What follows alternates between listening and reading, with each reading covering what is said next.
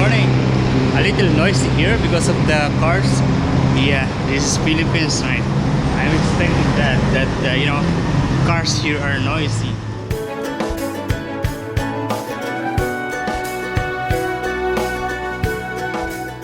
This place is Greenfield.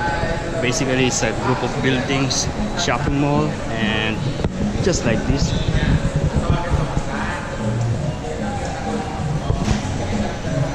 Mostly are electronics, man. We are actually going to ride a train. This is Shaw Boulevard Station. Yeah, this is what they are using here. It's beep. And I bought this 100 pesos. Comes with the 80 pesos credit inside.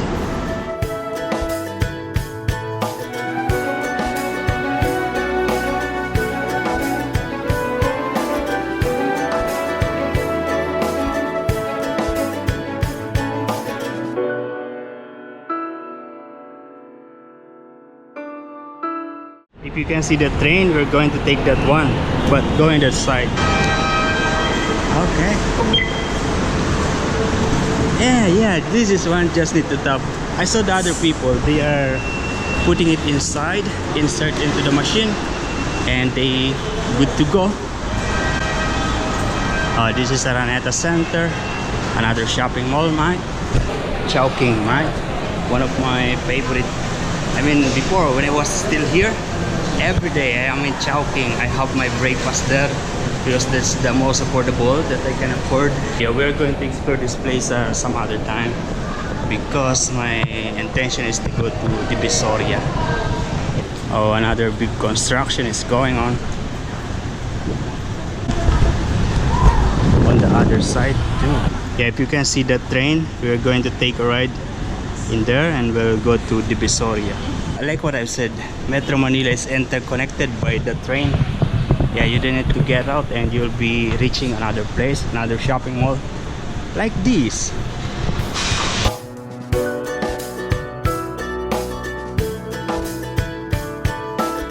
So coming from the other line of the train, we're going to take this line.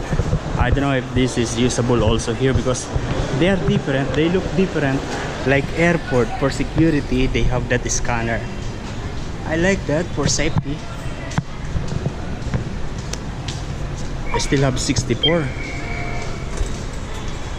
Yeah, we're going to Recto because you know the last station of this is to Recto. Oh, not working, mate. Out of service. This way.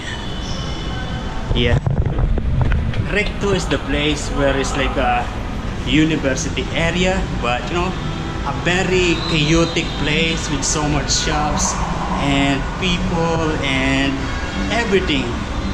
Yeah, and that is the place where I was hold up before. I was safe.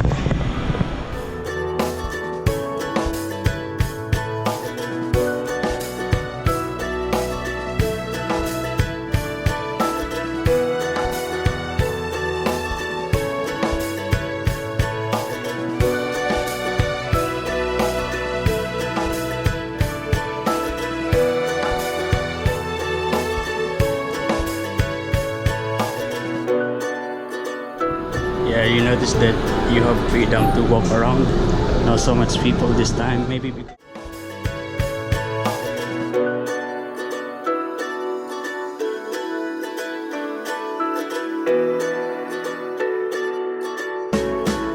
yeah, those people, they are going to Santolan or Cubao area, and we're going to Divisoria. We need to take a bus or jeep going there. And you're going to see a food shop like this in every train station, Mike.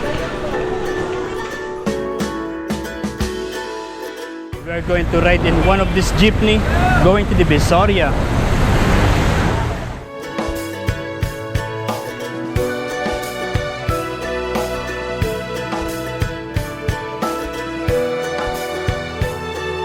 Yeah, we get down in the middle of the street, Mike.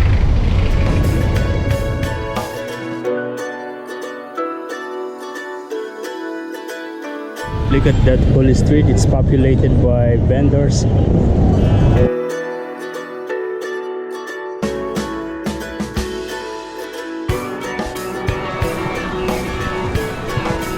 and we're going inside this big shopping mall. So aside from the shop that you're going to see outside, there's also a shopping mall like this where you're going to see more. Yeah, and we reach this food court. Yeah, we're going to eat here in Jollibee. I noticed that the portioning of the food in Jollibee is getting smaller here in the Philippines. Yeah, right. And I'm not satisfied. I need to eat some more. Yeah, because Jollibee is not enough, I am now having this one. This is the favorite, right? I am supposed to get the lugaw, but I like it more. The good thing is that it is not very hot today. There are some wind, so it's a little cooler. And we are now going inside this Tutuban, another shopping complex. Yeah, tattoo shop, man. You know what? One of my colleagues in my work, he tattooed himself. Yeah, and it looks professional.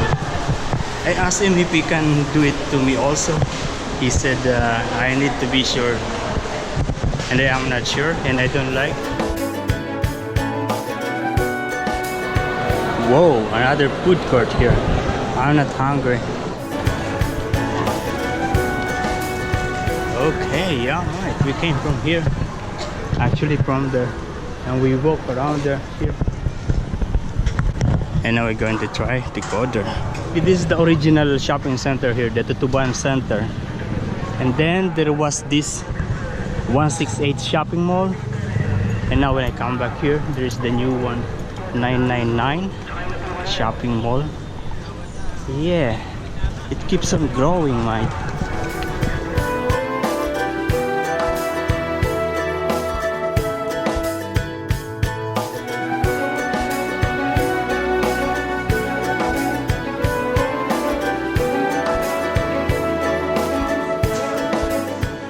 They even have this wedding dress, mate. Amazing.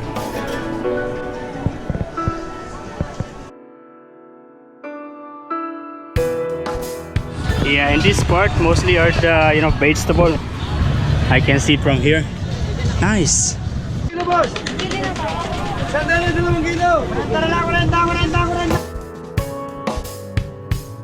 Yeah, there's so many karaoke machine here.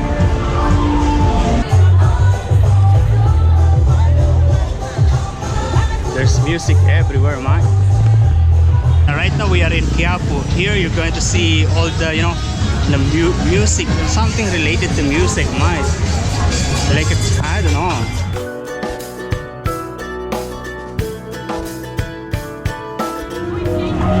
If you're someone like me, for sure you're going to enjoy everything you see and hear.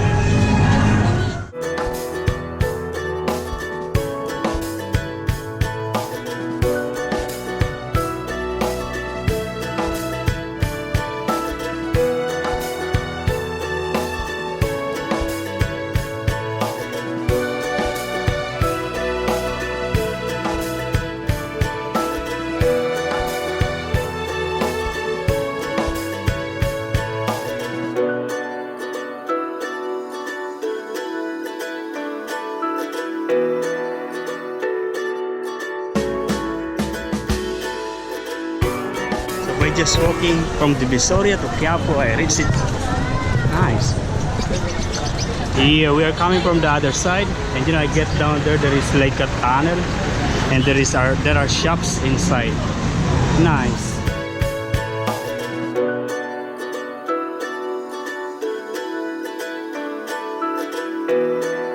I don't know how much is that pot tire bike. Yeah, mate, it is raining now, but it's still hot.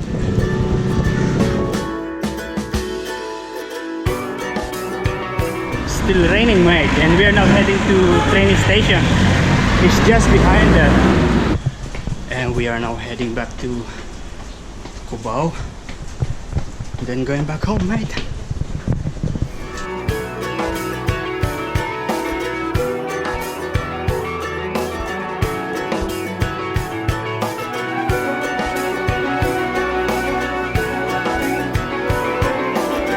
The name of this shopping mall is Gateway. Wow, we are on time, right?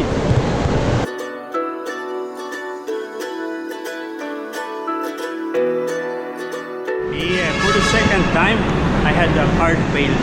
So what they did is they just asked me to go to the gate, not on the machine.